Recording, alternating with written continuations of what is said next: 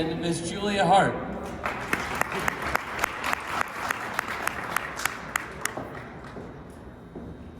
Let's hear it for the champ.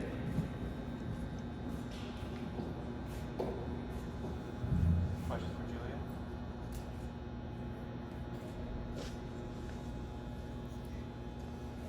Julia? First question is to Tony. Can you have her put the head on and maybe the glasses? Well, I don't know. You're gonna wear them the whole time. They were a gift from Tony Storm to me, so I think I should keep them. It would be very rude. Of course.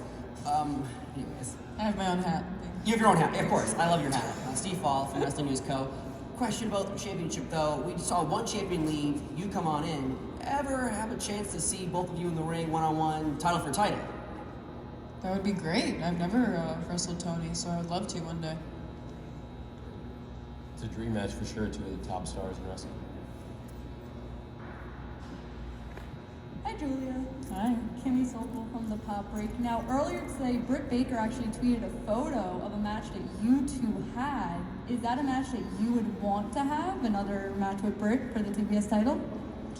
That match was my first match on Dynamite, and I think she beat me in 2 minutes.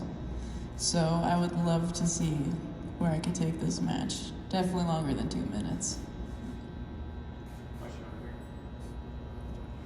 Kevin McElvaney, Pro Wrestling Illustrated. Julie, congratulations, great match tonight. Thank you. I know a lot of people were happy to see 3 women's matches tonight, including the 0 hour. I'd be remiss if I didn't ask, this is actually a question for Tony. There's a lot of conversation, especially the last couple days, about the issue of safety and harassment, specifically involving women wrestlers.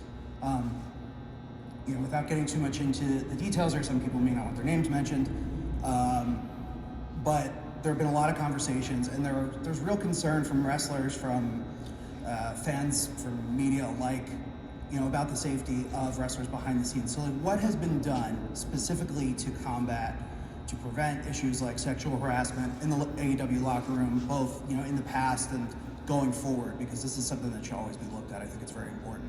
It's a great question, Kevin, and I think it applies to everybody in the company, women and men, and it's something we're very serious about, and we've had a policy in place, and certainly I think any time there's anything like that, we would make sure we do everything we can to prevent it. AEW has the best safety record, I believe, of any pro wrestling company in the world. I believe we have the most safe environment. I believe we have the best safety record of any pro wrestling company, and I would hold the record of AEW on safety against any wrestling company in the world, and I think AEW is the safest place for pro wrestling. And if any of our wrestlers ever have a concern, they always have an open line to talk to me, and I believe anybody would sit here and tell you they always can talk to me anytime they are concerned about anything. Can you speak to what the policy actually is, though?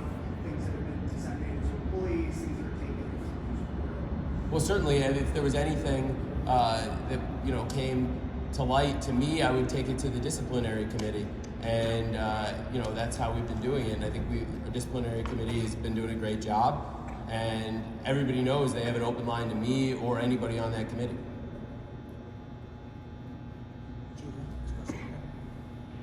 Hi, Kate from Fightful. Julie, I think a lot of people are on the same page in that you have been one of the most improved wrestlers over the past year. Congratulations on your success tonight and all of that. And just looking back, it is kind of an end of the year question, I guess, as we're wrapping up here. Can you just talk to us a little bit about what that process has been like as you have grown so much in the ring character-wise and just become a really complete wrestler? I can just say I'm really proud of myself.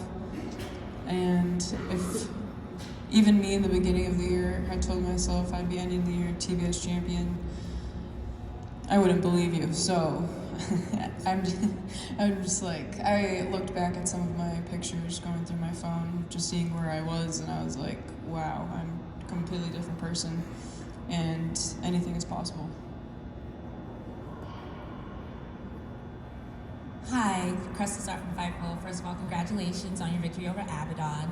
I would be remiss if I didn't say, why are we putting two equally bad people against each other? Have you ever thought about maybe, you fit so seamlessly in House of Black, you ever thought about maybe leading your own faction? Leaving the House of Black? You fit so seamlessly in House of Black, have you ever thought about leading your own faction at some point? Leading the own faction, leaving the House of Black, I don't think I could ever leave House of Black, but yeah, I don't know. I think right now I'm just focused on being a champion and doing the best I can at being a champion. I like to take things one day at a time, so maybe a faction is in my future, but right now I'm focused on this, focused on what I can do, and representing the house.